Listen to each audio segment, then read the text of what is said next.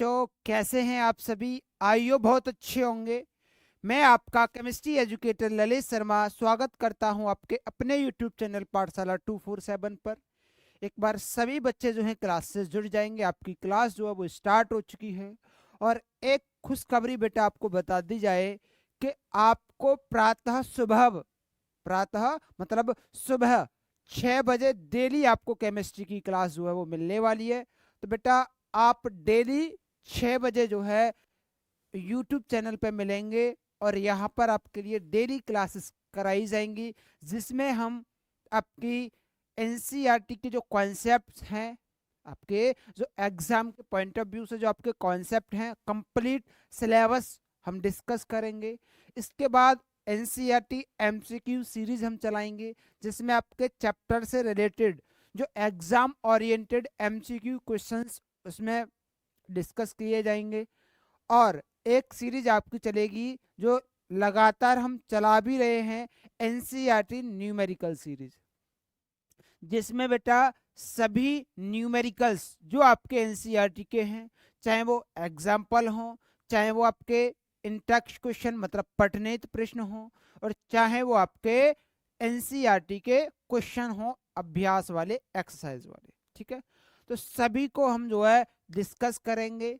तो यहाँ पर सुबह 6 बजे सुबह 6 बजे आपके लिए कॉन्सेप्ट की क्लास लाए हैं। यहाँ पर हम कॉन्सेप्ट सीरीज चला रहे हैं, एनसीईआरटी कॉन्सेप्ट सीरीज, जिसमें हम कॉन्सेप्ट सीखेंगे और लगातार पूरे चैप्टर को कंप्लीट डिस्कस करते हुए चलेंगे। ठीक है भाई, चलो तो अब स्टार्ट करते हैं। आज हम जो चैप्टर स्टार्ट कर रहे हैं, आपका चैप्टर नंबर 2, वैद्युत रसायन इलेक्ट्रोकेमिस्ट्री। इसका लेक्चर नंबर 1 है। डेली आपको यहाँ पर इसी समय पर ये क्लास मिलने वाली है। ठीक है बेटा, तो आप जुड़ना ना भूलें और अपने और भी साथी मित्रों के साथ इस क्लास को साझा करें। ठीक है भाई, चलो जैसा कि आपको पता है हमारे चैप्टर का नाम क्या है बेटा? वैद्युत रसायन इलेक्ट्रोकेमिस्ट्री। क्या होती है इलेक्ट्रोकेमिस्ट्री, एक बार समझेंगे। देखो, नाम से पता चल रहा है इलेक्ट्रो इलेक्ट्रो और केमिस्ट्री। तो देखो, केमिस्ट्री में क्या होता है? केमिस्ट्री में अभिक्रियाएं होती हैं। क्या होती हैं? अभिक्रियाएं होती हैं। और उन अभिक्रियाओं के होने से रासायनिक ऊर्जा उत्पन्न होती है। क्या होता है? रासायनिक ऊर्जा जो है, केमिकल एनर्जी जो है वो प्रोड्यूस होती है, उत्पन्न होती है। ठीक है जी, हाँ। तो बेटा हम यहाँ पर जो पढ़ेंगे, इस चैप्टर में जो हम पढ़ेंगे वो क्या पढ़ेंगे कि रासायनिक ऊर्जा को, किसको? आपकी रासायनिक ऊर्जा को, केमिकल एनर्जी को हम किसमें परिवर्तित करेंगे? आपकी इलेक्ट्रिकल एनर्जी में। किसमें? आपकी इलेक्ट्रिकल एनर्जी मतलब वैद्युत ऊर्जा में। ठीक, वैद्युत ऊर्जा में। अच्छा, और क्या करने वाले हैं? और यहां पर क्या करेंगे? और यहां पर क्या होगा आपका? ये रिवर्सिबल, मतलब रिवर्सिबल का मतलब होता है उत्क्रमणीय, मतलब रासायनिक ऊर्जा से वैद्युत ऊर्जा में और वैद्युत ऊर्जा से रासायनिक ऊर्जा में। यहां पर हम अध्ययन करने वाले हैं। क्या करने वाले हैं? अध्ययन करने वाले हैं। देखो, एक बार इसकी परिभाषा समझेंगे। देखो, ये अभी तो हमारा चैप्टर है, हायर क्लासेस में एक शाखा ब्रांच बन जाती है, और ये रसायन विज्ञान की वह शाखा है जिसके अंतर्गत स्वतः स्वतः परिवर्तित परिवर्तित मतलब स्वतः का मतलब होता है स्पॉन्टेनियस रिएक्शन होती है। रासायनिक अभिक्रियाओं में उत्पन्न हुई विद्युत ऊर्जा में परिवर्तित किया जाता है। किसमें? रासायनिक ऊर्जा को विद्युत ऊर्जा में परिवर्तित किया जाता है। इसी प्रकार स्वतः अपने आप स्पॉन्टेनियस रिएक्शन होती है, और ये रासायनिक अभिक्रियाओं को विद्युत ऊर्जा द्वारा संपन्न कराया जाता है। देखो, विद्युत ऊर्जा को हम रासायनिक ऊर्जा में परिवर्तित करते हैं और रासायनिक को विद्युत में करते हैं। ठीक है, जिसका अध्ययन किसमें किया जाता है? आपका वैद्युत रसायन चैप्टर में किया जाता है। किसका? वैद्युत रसायन में। ठीक, ये बात क्लियर। अब देखो, जो रासायनिक ऊर्जा से विद्युत ऊर्जा उत्पन्न करते हैं, जो रासायनिक ऊर्जा से विद्युत ऊर्जा उत्पन्न करते हैं, वो क्या कहलाते हैं? वे आपके रासायनिक रासायनिक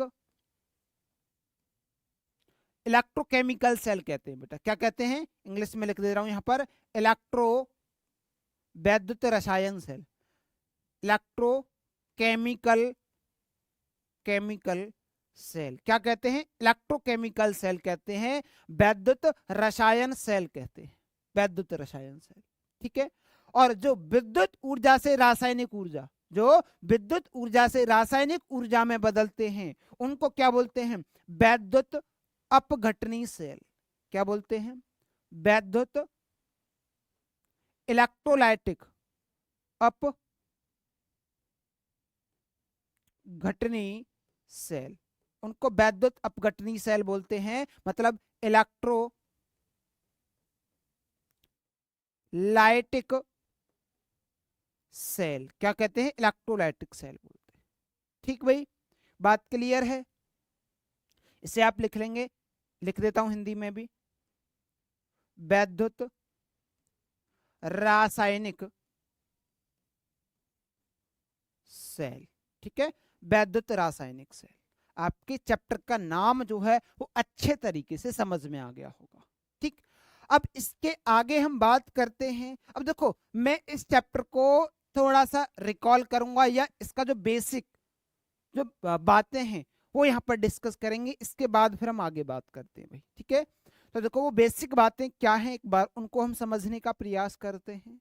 कि देखो, एक साइंटिस्ट थे, उनके दिमाग में एक काम करता है, एक प्रयोग करते हैं, वो उनका दिमाग काम करता है और कहता है कि भैया हम क्या करते हैं कि वो रिएक्शन करवाते हैं, अभिक्रिया कराते हैं। देखो, हमारे पास ये एक पात्र है भाई, हमारे पास ये क्या है भाई? एक पात्र।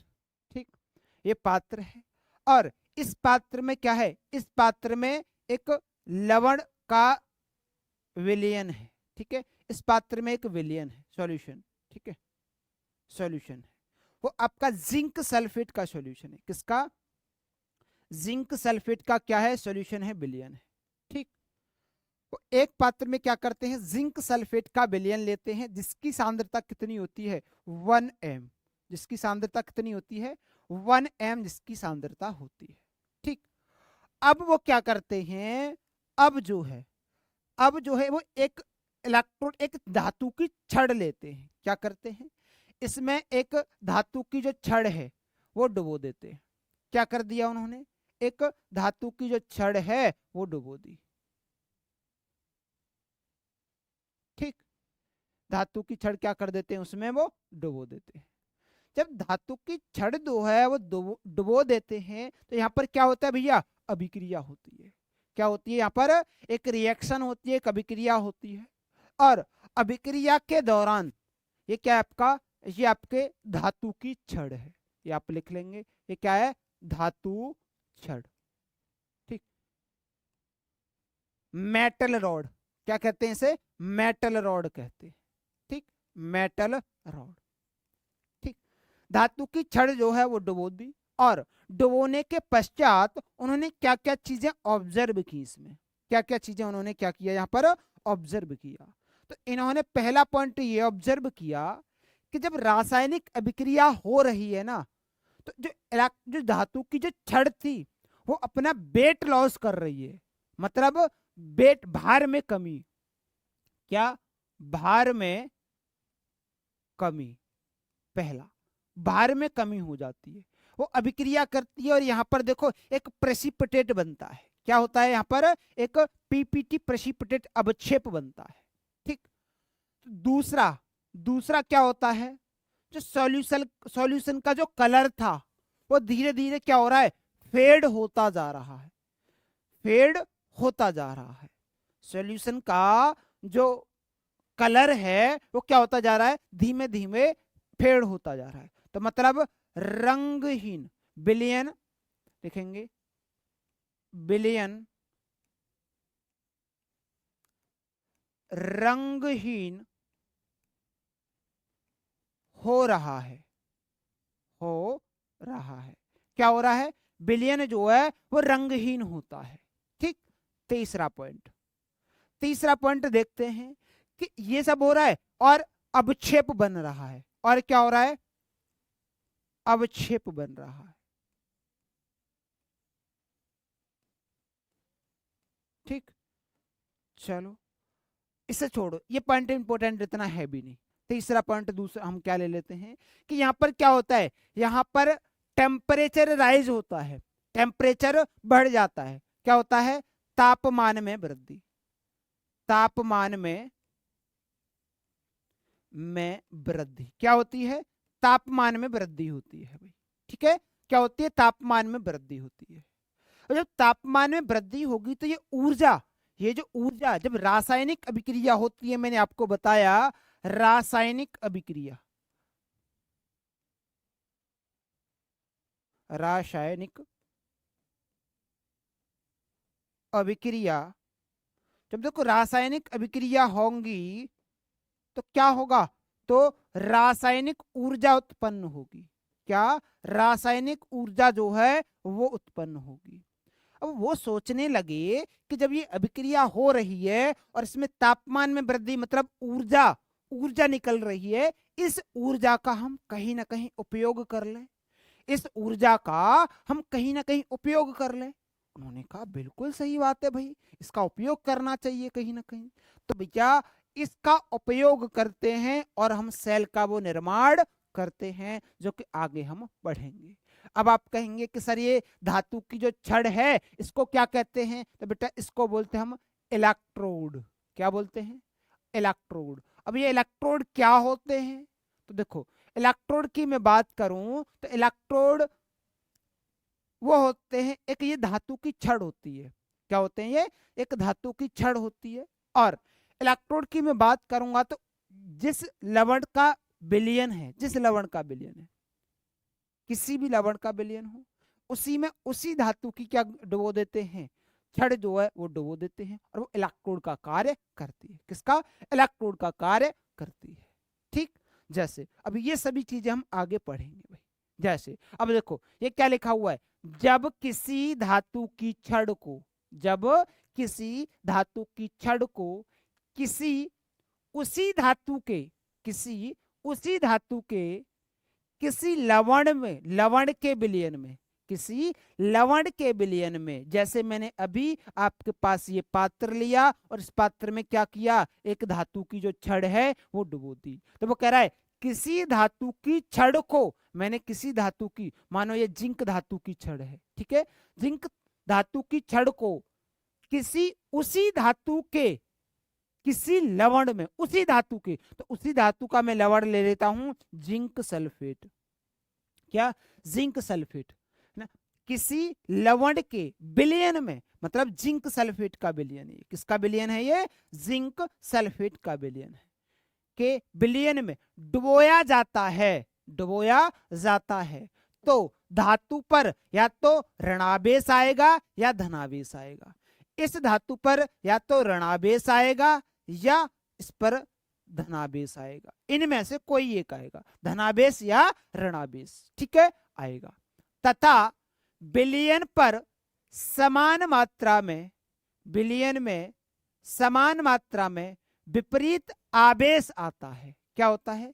जो आपका जो विलयन है ना, जो सॉल्यूशन है, मान लो कि इस इलेक्ट्रोड पर, मतलब इस इलेक्ट्रोड पर क्या होता है भाई साहब, इस इलेक्ट्रोड पर आपका, यहां से इसे ले लेंगे, ठीक, इस इलेक्ट्रोड पर मानो पॉजिटिव चार्ज आया, तो इसके समान मात्रा में जो आपका जो सॉल्यूशन है ना, आपका ये जो सॉल्यूशन है, उस सॉल्यूशन में, उस सॉल्यूशन में जो है समान मात्रा में क्या आ जाएगा, उसका विपरीत आवेश आ जाएगा। उसका क्या आ जाएगा? विपरीत आवेश आ जाएगा, मतलब नेगेटिव चार्ज जनरेट हो जाएगा।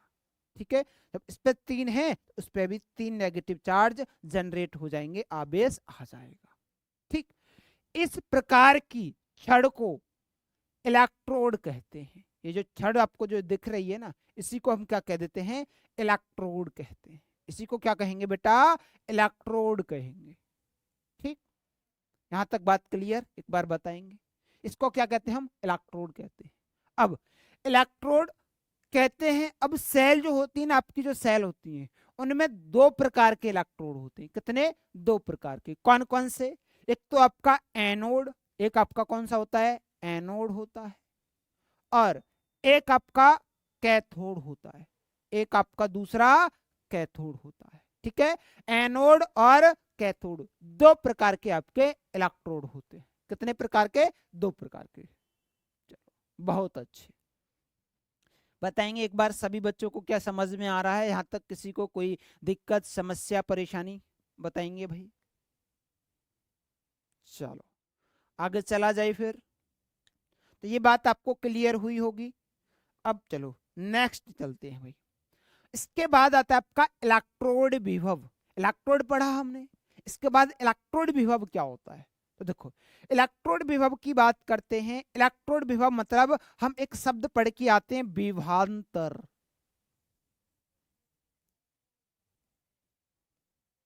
विभवांतर, विभवांतर क्या होता है? कि भैया higher potential, higher potential. Higher potential का मतलब होता है जिसका ज्यादा विभव हो, ज्यादा विभव। माइनस के, माइनस के लोअर, लोअर पोटेंशियल। क्या? लोअर पोटेंशियल मतलब कम विभव। भैया हमें विभवांतर निकालना होता है तो कैसे निकालते हैं? ज्यादा में से कम घटाते हैं, ज्यादा विभव में से कम विभव जो है वो घटाते हैं। वही तो होता है विभवांतर, यही तो होता है। अब सर यहाँ पर क्या होता है कि जैसे आप 10वीं कक्षा में जब विभव पढ़ के आए होंगे, जब विभवांतर आपको पढ़ाया होगा कि सर ने ऐसा एक सेल बताया होगा कि यहाँ से क्या जा रहे हैं भाई साहब, यहाँ से इलेक्ट्रॉन इधर की तरफ आपके जा रहे हैं। अब देखो, ये आपका एक पॉइंट मान लिया ए और यहाँ बी मान लिया। अब यहां से यहां पर जो अंतर आ रहा है विभव में, वही क्या हो जाएगा? विभवांतर हो जाएगा। यही तो बताया गया था। तो ऐसे ही, ऐसे ही यहां पर मैं जो पढ़ा रहा हूं आपको, वहां पर कैसे समझेंगे आप विभवांतर को? कि भैया ऐसे, जैसे कि ये क्या है? ये धातु की छड़ है, ये धातु की छड़ है। अब ये जो धातु की छड़ है, इस पर क्या होगा? इस पर भाई साहब कोई भी धनावेश या ऋणावेश उत्पन्न होगा, होगा कि नहीं होगा? हाँ जी, इस पे मानो धनावेश उत्पन्न होता है। इस पर क्या? धनावेश उत्पन्न होता है। तो इसके विपरीत विलयन में ऋणावेश उत्पन्न होगा, होगा कि नहीं होगा? बिल्कुल होगा। इसे रोकने के लिए जैसे देखो, वो कह रहा है धातु की छड़ पर उत्पन्न विभव, धातु की छड़ पर उत्पन्न विभव तथा, तथा धातु की छड़ पर विभव आ गया, तथा विलयन के विभव के अंतर, जो विलयन में जो विभव उत्पन्न हो रहा है ना आपका, ये जो विलयन है आपका, ये जो विलयन है, इसमें भी तो विभव उत्पन्न होगा, होगा कि नहीं होगा? बिल्कुल होगा। विभव के अंतर को उस इलेक्ट्रोड, उस इलेक्ट्रोड या उस पर होने वाली अर्ध अभिक्रिया का इलेक्ट्रोड विभव कहते हैं। उसी को क्या कहते हैं? उसी को हम इलेक्ट्रोड विभव कह देंगे, या उस पर होने वाली अर्ध अभिक्रिया।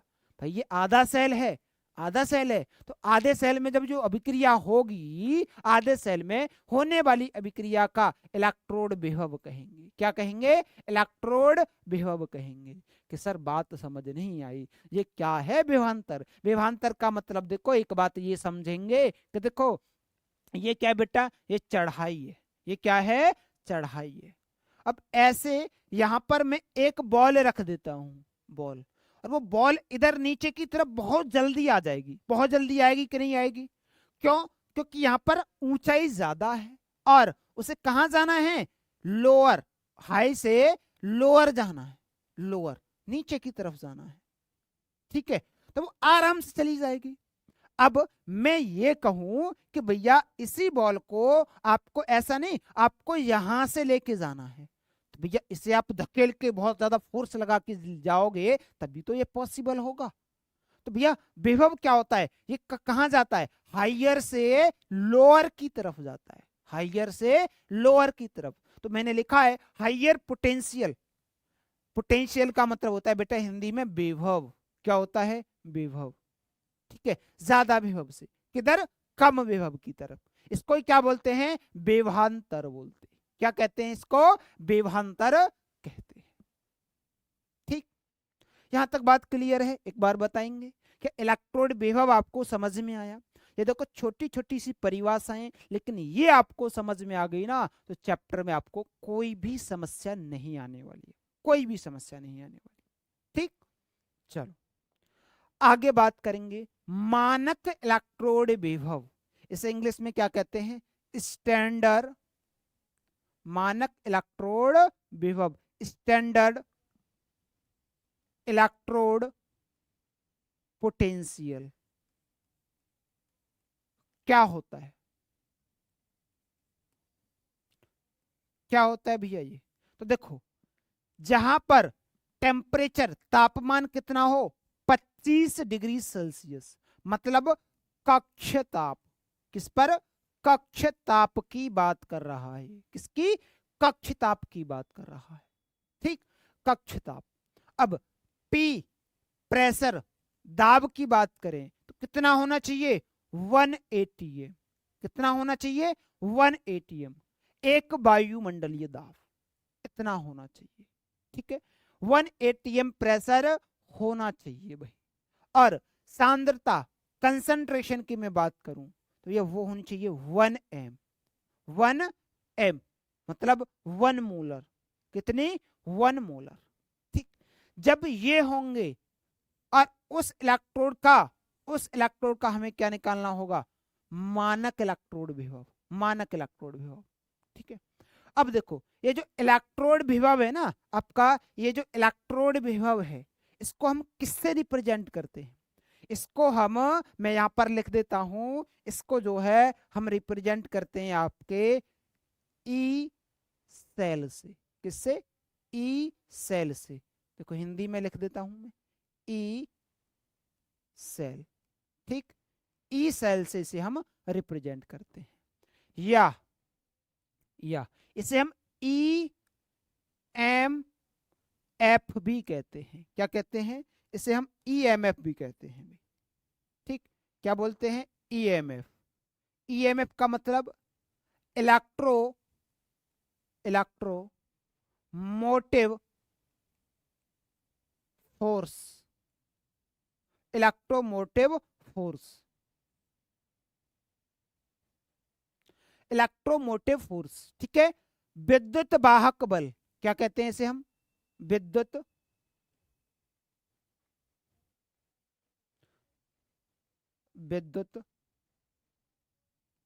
वाहक बल। ठीक है, विद्युत वाहक बल कहते हैं भाई इसे। यदि कहीं ईएमएफ लिखा हो तो आप समझ जाना, ईएमएफ किसका? आपका इलेक्ट्रोड विभव, किसी मतलब सेल का निकालना है। ठीक, मानक इलेक्ट्रोड विभव को, मानक इलेक्ट्रोड विभव को किससे रिप्रेजेंट करते हैं? तो देखो मानक इलेक्ट्रोड विभव को हम ई नॉट से, किससे? ई नॉट से। देखो जब मैं यहां पर सेल लिख रहा हूं, इसका मतलब जब सेल का निकालेंगे, सेल का निकालेंगे उसकी बात करें। ये मानक इलेक्ट्रोड विभव किसका? जब हम सेल का मानक इलेक्ट्रोड विभव निकालेंगे इसका। ठीक है, हाँ। किससे रिप्रेजेंट करेंगे? ई नॉट सेल से। किससे? ई नॉट सेल से रिप्रेजेंट करेंगे। ठीक, ये ई नॉट क्यों लगा हुआ है? ई नॉट का मतलब है स्टैंडर्ड, मानक। मानक का ये सभी मानक होते हैं, ये सभी क्या है? आपके मानक है। ठीक, ये मानक आपने मान रखे कि जब अभिक्रिया कक्ष ताप पर हो रही है, इतने दाब पर हो रही है और इतनी सांद्रता है, तब की बात कर रहा है। आपको किसी सेल का निकालना है, ई नॉट सेल, तो आप कैसे निकालेंगे? ठीक, अब क्या होता है भैया? देखो लिखा है हुआ है, जब किसी धातु की छड़ को उसी धातु के किसी लवण के 1 मोलर सांद्रता, जैसा मैंने बताया 1 मोलर सांद्रता के बिलियन में डुबोया जाता है, के बिलियन में डुबोया जाता है, डुबोया जाता है, तो इस अवस्था पर धातु और विलयन के मध्य, किस पर? धातु और विलयन के मध्य उत्पन्न विभव के अंतर, उत्पन्न विभव के अंतर को क्या कहते हैं? उस धातु का मानक इलेक्ट्रोड विभव कहते हैं। क्या कहते हैं भैया?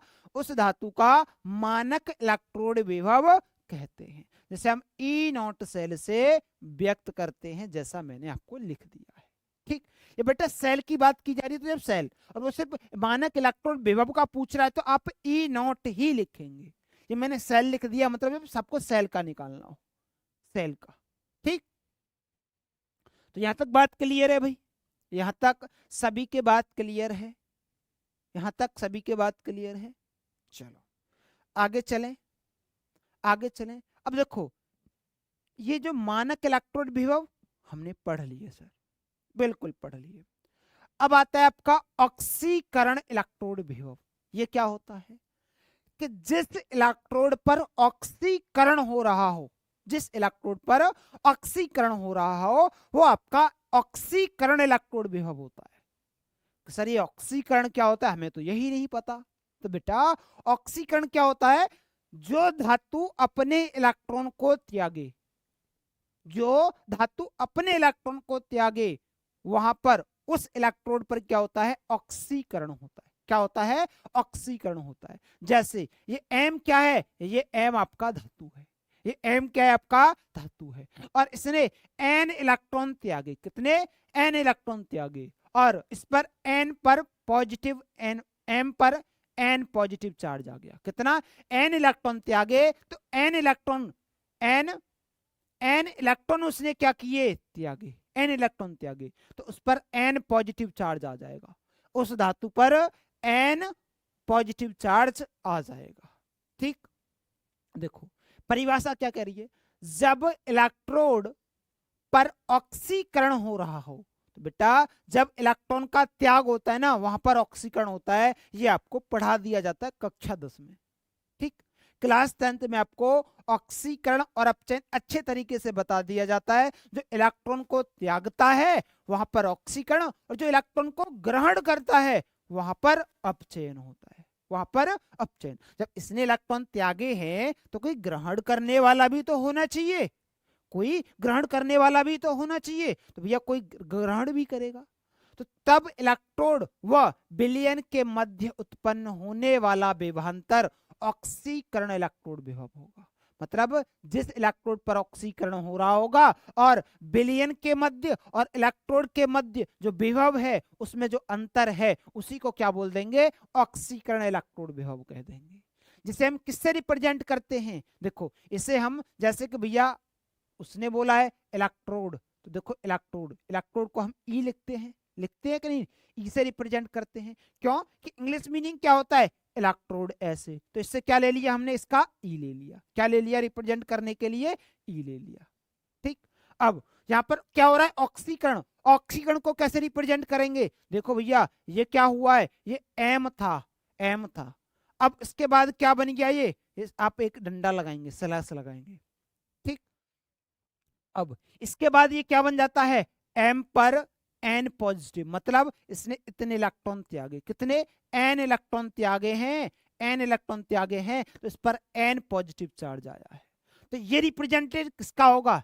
ये किसका रिप्रेजेंटेशन होगा? ये होगा आपका ऑक्सीकरण इलेक्ट्रोड विभव का। किसका? ऑक्सीकरण, ऑक्सीकरण इलेक्ट्रोड विभव, ऑक्सीकरण इलेक्ट्रोड विभव होगा भाई।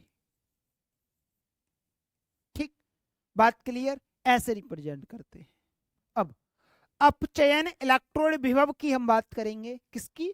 अपचयन इलेक्ट्रोड विभव की हम बात करते हैं। तो क्या होता है अपचयन इलेक्ट्रोड विभव? एक बार उसे देखेंगे कि जहां पर अपचयन हो रहा हो, जिस इलेक्ट्रोड पर अपचयन हो रहा हो, और विलयन और इलेक्ट्रोड के मध्य, मतलब जो विलयन पर जो विभव उत्पन्न हो रहा है और इलेक्ट्रोड पर जो विभव उत्पन्न हो रहा है, उनका जो अंतर, मतलब उनका जो विभवांतर क्या कहलाएगा?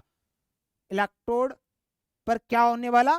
विभवांतर, मतलब विभव उत्पन्न होता है भैया इलेक्ट्रोड व विलयन के मध्य उत्पन्न होने वाला विभवांतर क्या कहलाएगा? अपचयन इलेक्ट्रोड विभव। क्या कहलाएगा? अपचयन इलेक्ट्रोड विभव कहलाएगा। देखो क्या भैया, इस पर एम एन पॉजिटिव चार्ज है, मतलब इस पर एन पॉजिटिव चार्ज है।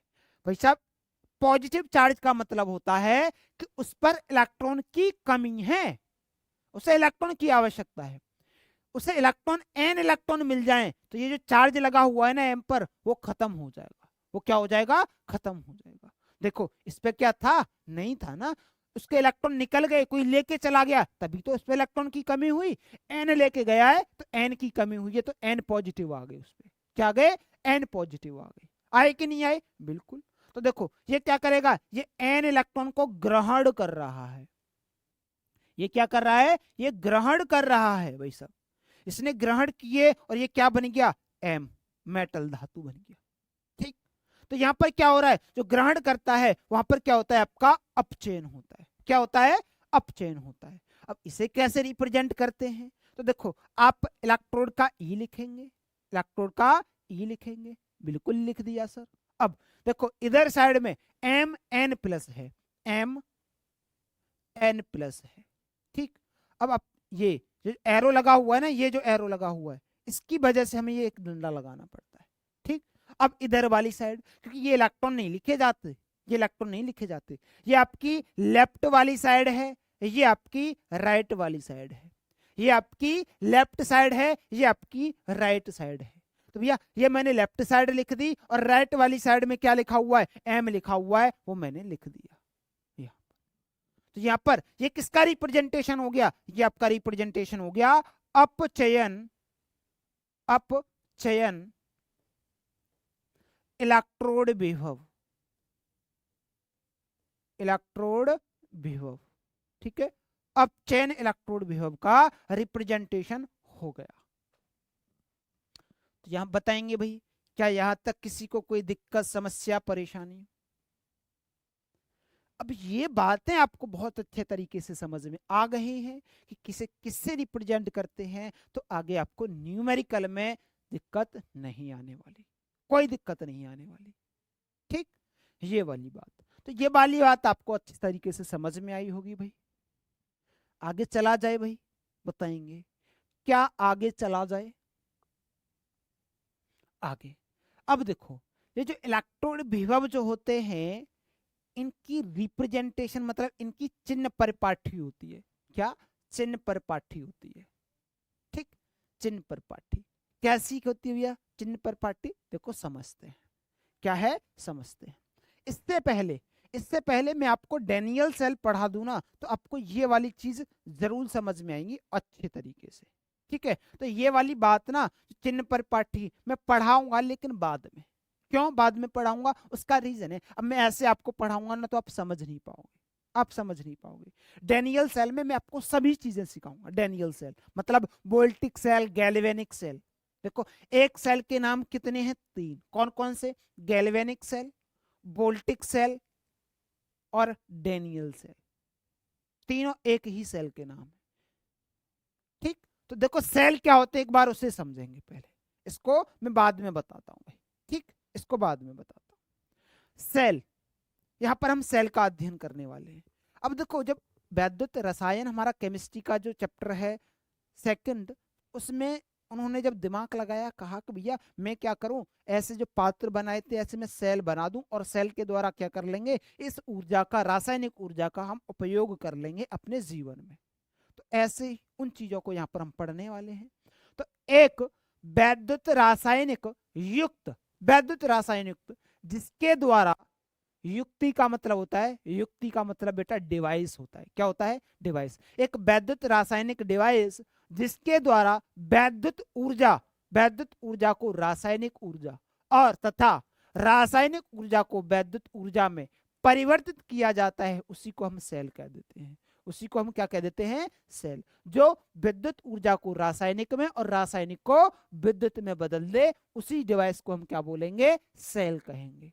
अब सेल कितने प्रकार के होते हैं? तो सेल आपके 2 प्रकार के होते हैं, जैसा मैंने आपको बताया। क्या कि देखो एक होता है आपका वैद्युत अपघटनी cell, electrolytic cell, electrolytic cell. ठीक, वैद्युत अपघटनी सेल। इसमें क्या होता है? इसमें क्या होता है? इसमें होता है भैया कि ये क्या करता है, ये विद्युत ऊर्जा को किसमें बदलता है? ये विद्युत ऊर्जा को रासायनिक ऊर्जा में बदलता है। किसमें? रासायनिक ऊर्जा में बदल देता है। ठीक, यही होता है भाई, यही होता है। और इसकी नेक्स्ट दूसरे वाले की मैं बात करता हूं, वैद्युत रासायनिक सेल, इलेक्ट्रोकेमिकल सेल। क्या? Electrochemical cell. ठीक, इलेक्ट्रोकेमिकल सेल। अब मैं इलेक्ट्रोकेमिकल सेल की बात करूं, इसमें क्या होता है? ये रासायनिक ऊर्जा को, मतलब रासायनिक अभिक्रिया होती है, तो ये रासायनिक उसके द्वारा उत्पन्न होती है आपकी रासायनिक ऊर्जा, और उस रासायनिक ऊर्जा को ये विद्युत ऊर्जा में बदलता है। जैसे आपकी जो बैटरी होती है ना, उसमें रासायनिक अभिक्रिया होती है। जो आपके घर पर इन्वर्टर लगा हुआ है, जो बैटरी है, उसमें रासायनिक अभिक्रिया होती है और हमें बिजली मिलती है। मिलती है कि नहीं मिलती? मिलती है ना। तो वो क्या है? वो आपका सेल है। वो क्या है? वो आपका सेल है। ठीक, तो बैटरियां क्या होती हैं? सेल होती हैं। क्या होती हैं? सेल होती हैं। ठीक, तो बेटा हम पढ़ेंगे, पहले इसको नहीं पढ़ेंगे, पहले पढ़ेंगे हम वैद्युत रासायनिक सेल को। क्यों पढ़ेंगे? उसके पीछे रीजन है। रीजन है बेटा, हर एक चीज को मैं आपको एक क्रमबद्ध, एक क्रम में, एक सीक्वेंस में, अच्छे सीक्वेंस में पढ़ाना चाहता हूं। ठीक, चलो, तो हम क्या करेंगे भाई, अब जो है यहाँ पर हम जो पढ़ेंगे वो पढ़ेंगे आपके वैद्युत रासायनिक सेल को। किसको? वैद्युत रासायनिक सेल को। मैं यहाँ पर एक नई स्लाइड ले लेता हूँ इसी पर। ठीक, यहीं पर एक स्लाइड ले लेते हैं भाई। हाँ, और यहीं पर इसे पढ़ाते हैं। ठीक, इसी पर पढ़ा देते हैं। चलो, अब देखो यहां पर समझेंगे हम किसको? वैद्युत, यहां पर लिख देता हूं मैं,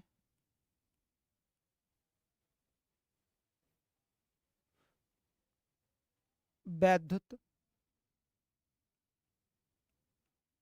रासायनिक सेल। ठीक, वैद्युत रासायनिक सेल, इसको पढ़ते हैं भाई। ठीक, इसको यहां पर हम पढ़ते हैं। ठीक है, चलो, अब क्या होता है भैया वैद्युत रासायनिक सेल में? तो देखो वैद्युत रासायनिक सेल में भी हम क्या पढ़ेंगे? आपका पढ़ेंगे डैनियल सेल।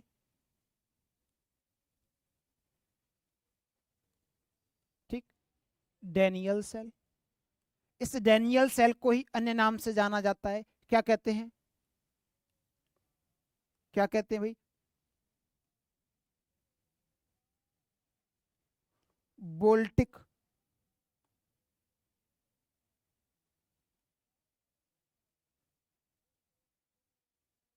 Voltaic cell. और क्या कहते हैं भाई? Daniell cell, voltaic cell, galvanic cell.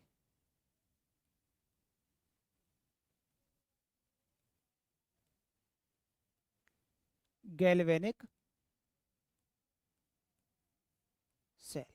ठीक, ये तीनों एक ही सेल के नाम है। कैसे? देखो अब तक जो पढ़ा था ना, अब तक जो पढ़ा था, उस सब का उपयोग यहाँ पर होगा। उस सब का उपयोग यहाँ पर होगा। जैसे हम क्या करते हैं भाई, यहाँ पर मैं आपके सामने बना देता हूं एक फिगर।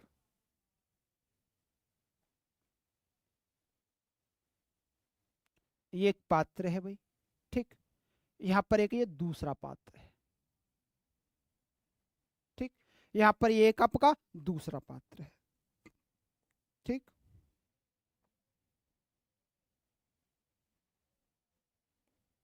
और यहाँ पर क्या करते हैं? यहाँ पर जो है बेटा, हम जो है इलेक्ट्रोड, ठीक, ऐसे ऐसे ही यहाँ पर क्या करते हैं बेटा? इलेक्ट्रोड। ये इलेक्ट्रोड हमने ले लिए। ठीक, इलेक्ट्रोड हमने ले लिए। अब इसमें क्या कर देते हैं? इसमें एक सॉल्यूशन, एक आपका सॉल्यूशन डाल देते हैं। यहाँ पर ये इलेक्ट्रोड है, ये क्या हो गए? इलेक्ट्रोड। देखो मैंने एक जैसे कलर के लिए, इसका मतलब एक ही इलेक्ट्रोड नहीं होंगे ना, ये। और यहाँ पर भी मैंने सॉल्यूशन डाल दिया।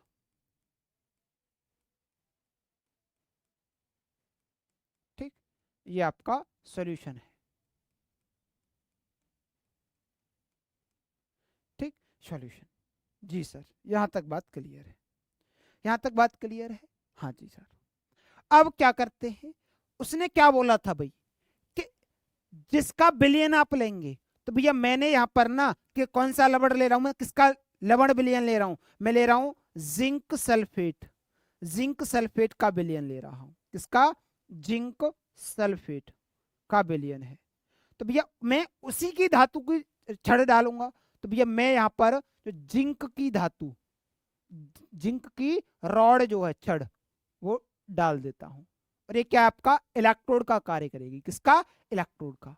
उसने परिभाषा में क्या बोला था कि बोला था इलेक्ट्रोड क्या होता है, इलेक्ट्रोड वो होता है कोई एक धातु होता है जिस धातु को उसी उसी धातु के बिलियन, लवणीय बिलियन में, लवणीय बिलियन में डुबोया जाता है। ठीक है, हमने डुबो दिया, वही क्या होता है आपका इलेक्ट्रोड होता है, इलेक्ट्रोड। ऐसे ही हम यहां पर क्या करेंगे, यहां पर जो है मैं कॉपर सल्फेट का बिलियन ले लेता हूं। कौन? कॉपर सल्फेट का बिलियन। ठीक, कॉपर सल्फेट का बिलियन। इसकी सांद्रता कितनी है? 1 m। कितनी है? 1 m। इसकी कितनी है? इसकी भी 1 m है। कितनी है? 1 m। ठीक, तो बेटा यहां पर किसकी छड़ लूंगा, जब कॉपर सल्फेट का बिलियन लिया है तो कॉपर की ही छड़ लूंगा। तो मैंने कॉपर की छड़ ले ली। ठीक, कॉपर की छड़ ले ली। बात क्लियर है? जी सर, बिल्कुल क्लियर है। अब क्या करते हैं, इसे भाई साहब हम कनेक्ट कर देते हैं, जोड़ देते हैं। इसको इसको हम क्या करेंगे, जोड़ देते हैं। हमने जोड़ दिया इसे, और यहां पर क्या कर दिया, यहां पर एक हमने एम्पेयर मीटर जो करंट को बता देगा कहां भैया इसमें करंट फ्लो हो रहा है, वो मैंने लगा दिया। वो हमने क्या कर दिया भैया, इसमें लगा दिया। ठीक है, चलो यहां तक तो बात सर बिल्कुल क्लियर हुई है। अब हम आगे की बात करें कि क्या होता है, जैसे हमने इसे करंट का मतलब सर्किट को चालू कर दिया, तो जब इसमें कॉपर सल्फेट का, इसमें कॉपर सल्फेट का बिलियन है, इसमें जिंक सल्फेट का बिलियन है, तो क्या होगा, यहाँ पर इस वाले पात्र में अभिक्रिया होना स्टार्ट होगी। और वो अभिक्रिया क्या होगी, वो अभिक्रिया आपकी क्या होगी, तो वो अभिक्रिया मैं यहाँ पर लिखता हूं। यहाँ पर क्या होगा, आपका जो जिंक है ना, जिंक जिंक जो आपका जिंक है, इसको हम क्या बोलते हैं, अर्ध अभिक्रिया सेल। मैं लिख देता हूं, आधे आधे सेल पे हो रही ना, तो लिखेंगे अर्ध अर्ध अभिक्रिया अभिक्रिया सेल है ये। ठीक है, इस पर क्या अभिक्रिया हो रही है, ये जिंक है, किसमें, सॉलिड फॉर्म में। अब ये क्या करेगा, जिंक ये 2 इलेक्ट्रॉन त्यागेगा। क्या करेगा, ये 2 इलेक्ट्रॉन क्या करेगा, त्यागेगा। 2 इलेक्ट्रॉन क्या कर दिए इसने, त्याग दिए। ठीक, इसने 2 इलेक्ट्रॉन इसने त्याग दिए। अब यहां पर क्या होता है, इस इलेक्ट्रोड पर इलेक्ट्रॉन आ जाते हैं, क्या है, इलेक्ट्रॉन जनरेट होने लगते हैं, ये त्यागता है, ये रिएक्शन होने लगती है। अब जब यहां पर अभी बताया था इलेक्ट्रोड विभव मैंने बताया था, जो क्या होता है, जब इस पर नेगेटिव चार्ज जो है वो उत्पन्न होने लगेगा, तो सॉल्यूशन में इसके जस्ट अपोजिट विपरीत आवेश आने लगेगा, ये बोला था ना। तो देखो क्या होगा, Zn पर +2 आया ना, तो भैया यहाँ पर Zn2+ ना वो इकट्ठे हो जाते हैं, वो इकट्ठे होते हैं। तो शुरुआत में क्या होता है, जब इसने इलेक्ट्रॉन देना स्टार्ट किया, इलेक्ट्रॉन किधर जा रहे हैं, इधर की तरफ जा रहे हैं। कौन, इलेक्ट्रॉन इधर की तरफ जा रहे हैं। अब कॉपर क्या करता है, यहां पर क्या अभिक्रिया हो रही है, तो यहां की मैं अभिक्रिया लिखता हूं, अर्ध, लिखेंगे अर्ध अभिक्रिया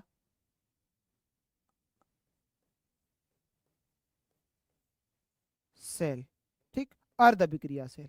यहां पर क्या हो रहा है, जब इसने 2 इलेक्ट्रॉन त्यागे हैं, तो यहां पर इस इलेक्ट्रॉन की कमी होगी। तो यहां पर जो कॉपर सल्फेट का विलयन है, ये आपका पॉजिटिव चार्ज देता है, मतलब इस पर Cu2+ जनरेट होता है, Cu2+, Cu2+, मतलब पॉजिटिव चार्ज जनरेट होता है। अब आपको पता है ये इलेक्ट्रॉन पॉजिटिव के पास ही आएंगे, और यहां पर क्या होते हैं, सल्फेट आयन जो है, मतलब इसके विपरीत चार्ज नेगेटिव चार्ज जनरेट होगा, सल्फेट आयन जो है वो बनेंगे, इसके विपरीत sulphate ion negative charge generate होंगे। तो यहाँ पर क्या हुआ, आपका जो कॉपर है ना, इस पर 2 था, 2 पॉजिटिव आया, उसने क्या किया, इलेक्ट्रॉनों को ग्रहण किया, कितने, 2 इलेक्ट्रॉन ग्रहण किए, और क्या बन गया, Cu बन गया। क्या बन गया, ये Cu बन गया। ठीक, क्या बन जाता है, ये Cu बन जाता है। ठीक, Cu बन गया भाई। अब क्या होता है, Cu2+ बनते जाते हैं, यहाँ पर सल्फेट आयन जनरेट होते जाते हैं। तो ये जो पॉजिटिव जा रहे हैं, तो थोड़ी देर तो इसमें करंट फ्लो करता है, थोड़ी देर इसमें करंट फ्लो करता है, लेकिन इसके पश्चात करंट फ्लो नहीं होता, इसके पश्चात नहीं होता।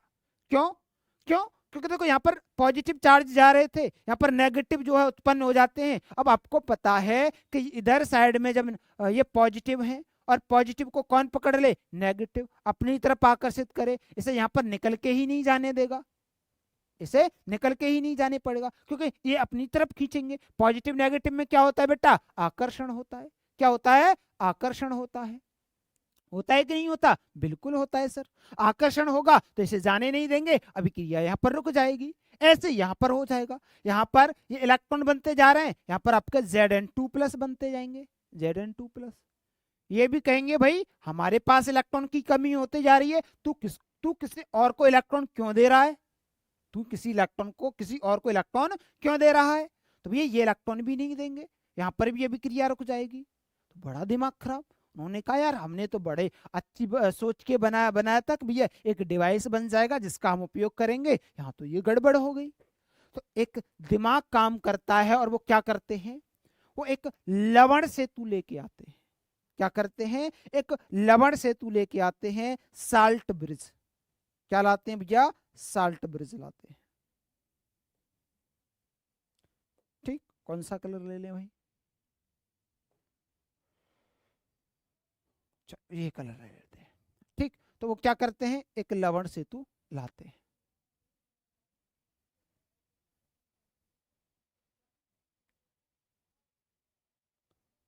ऐसा क्या किया उन्होंने, यू टाइप की एक नलिका ली और वो इसमें लगा दी। ठीक भाई, ये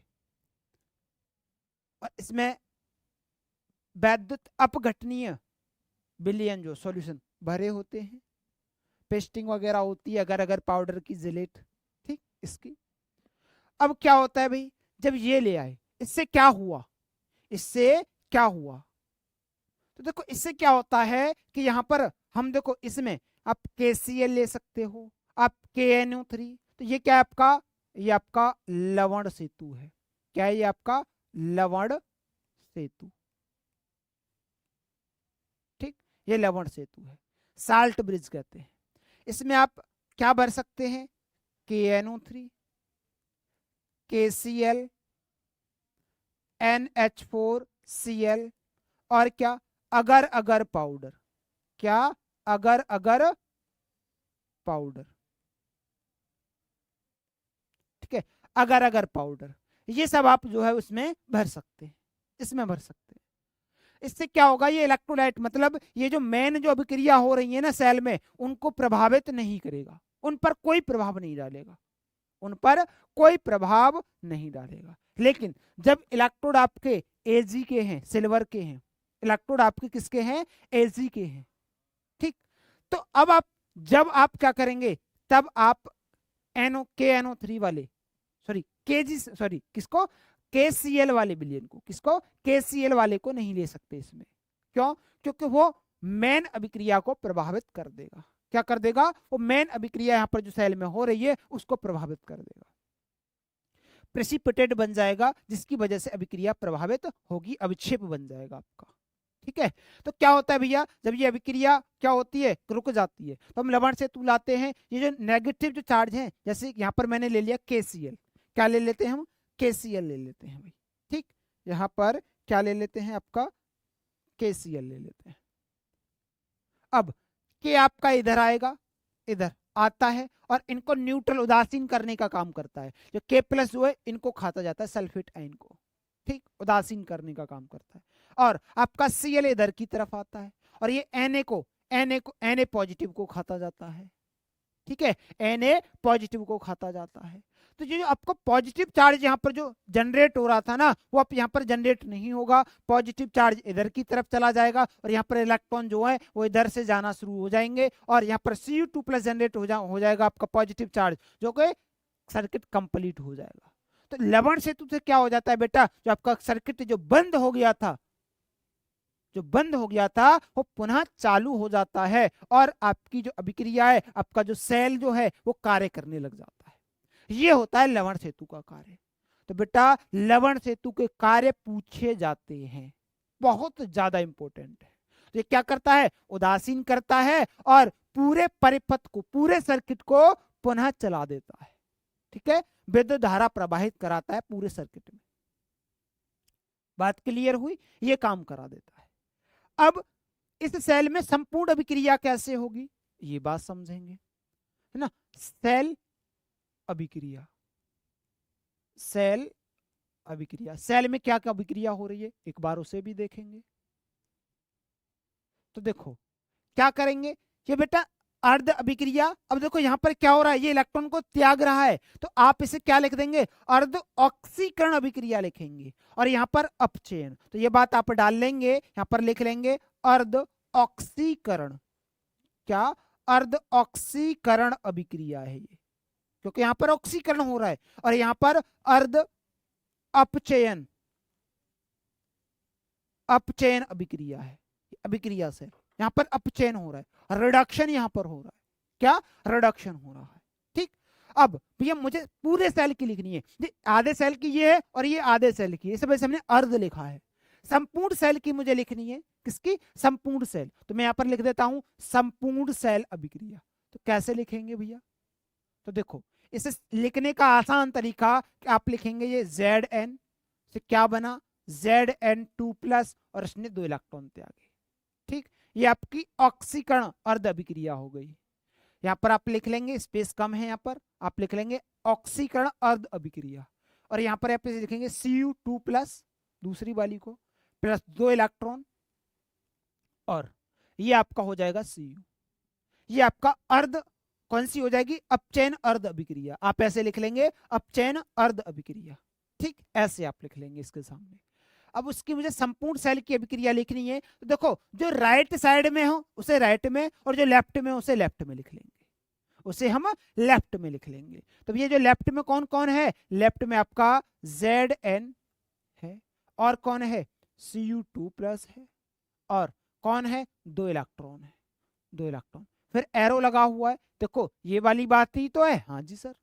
अब भैया मैं इसको लिखूंगा, तो यहाँ पर ये हो जाएगा Zn2+, 2+ लिख दिया, और क्या हो जाएगा, Cu और 2 इलेक्ट्रॉन, ये आपका हो जाएगा। तो देखो 2 इलेक्ट्रॉन से 2 इलेक्ट्रॉन कैंसिल होता है ना मैथ में, जैसे x + y + 2 हो, और यहाँ पर हो x + z + 2, तो क्या कर देंगे, 2 से 2 कैंसिल हो जाएगा। होगा कि नहीं होगा, बिल्कुल हो जाएगा।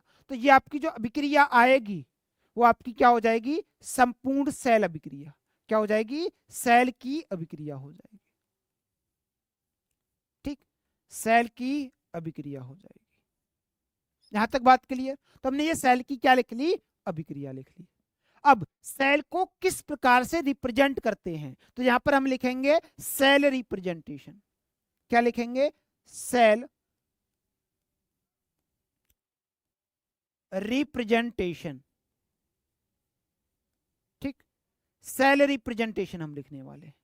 कैसे करते हैं भैया हम सेल को रिप्रेजेंटेशन, तो देखो जिंक है ना आपका इधर, तो आप जिंक को लिखेंगे, ये Zn ये लगा दिया आपने लेफ्ट साइड में। अब देखो जो लेफ्ट साइड में उसे लेफ्ट में, और जो राइट में वो जो राइट में, तो ये लेफ्ट में है, लिख दिया मैंने। पहले मैं इसका लिख रहा हूं और ये आपका राइट में है।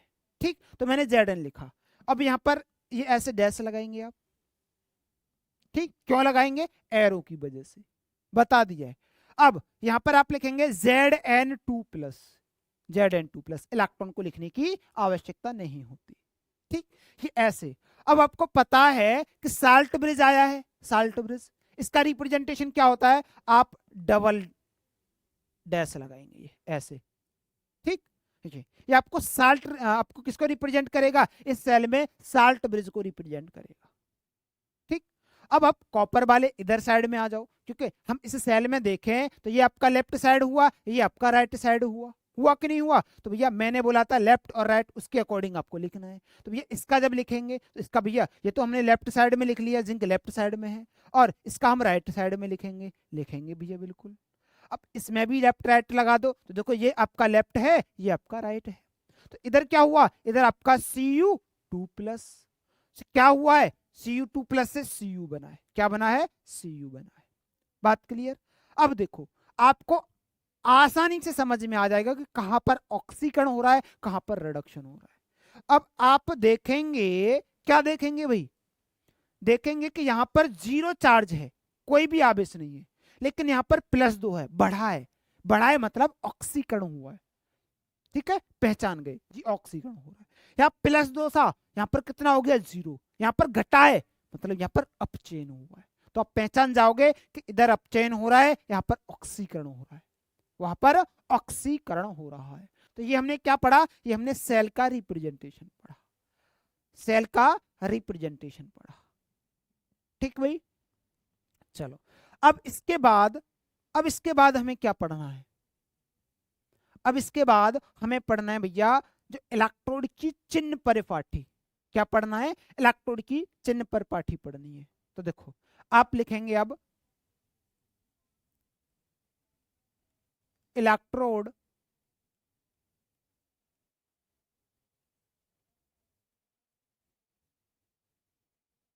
चिन्ह परिपाटी। ठीक है, इलेक्ट्रोड चिन्ह परिपाटी आप पढ़ेंगे कैसे, जैसे कि अभी हमने जो डेनियल सेल पढ़ा था ना, डेनियल सेल, इसमें जिंक पर क्या हो रहा है, ऑक्सीकरण, जिंक वाले पे क्या हो रहा है, ऑक्सीकरण। तो देखो मैं इसका इलेक्ट्रोड निकालता हूं, ये क्या कैसे हो रहा है, ये Zn है, सॉलिड फॉर्म, क्या बन रहा है, अभिक्रिया मैंने लिखी, Zn2+ बन रहा है, और ये 2 इलेक्ट्रॉन क्या कर रहा है, त्याग रहा है। ठीक, यही तो हो रहा है। अब मुझे इसका इलेक्ट्रोड चिन्ह पर पार्टी लिखनी है, मतलब देखो मैं इसका लिखूंगा E0, E0, E0।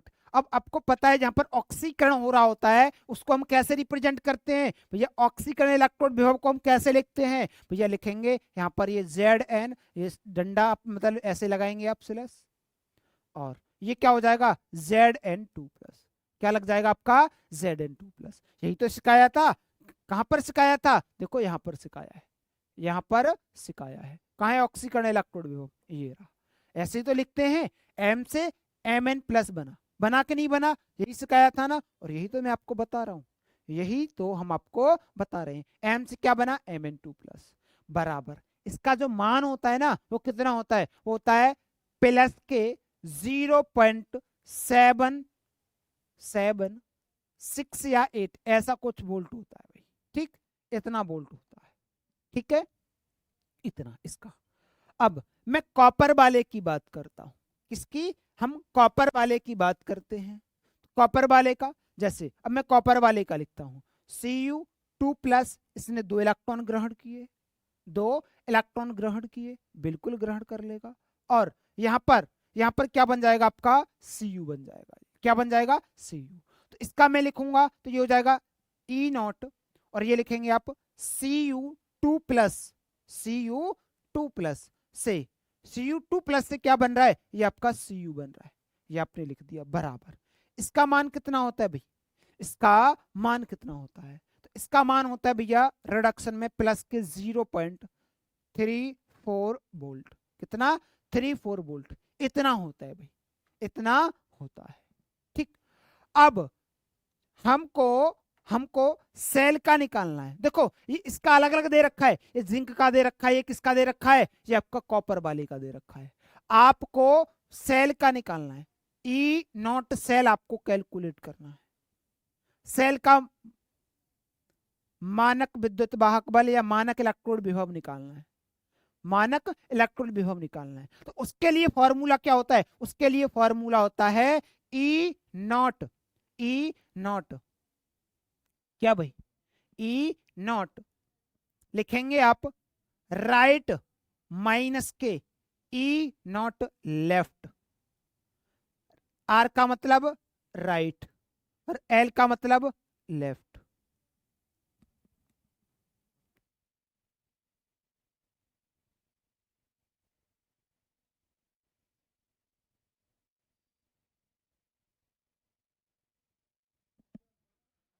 ठीक है भाई, यहां तक बात क्लियर। तो देखो ये आपका फॉर्मूला होता है, इस फॉर्मूले को कल हम और डिटेल में पढ़ेंगे। ठीक है भाई, इस फॉर्मूले को कल हम और डिटेल में पढ़ेंगे और इलेक्ट्रॉन चिन्ह पाठी को हम कल ही पढ़ेंगे अच्छे तरीके से। ठीक है, तो आज की आपकी क्लास यहीं तक रखेंगे भाई। ठीक है, तो मिलते हैं आपसे नेक्स्ट वीडियो में, तब तक के लिए धन्यवाद। जय हिंद, टेक केयर।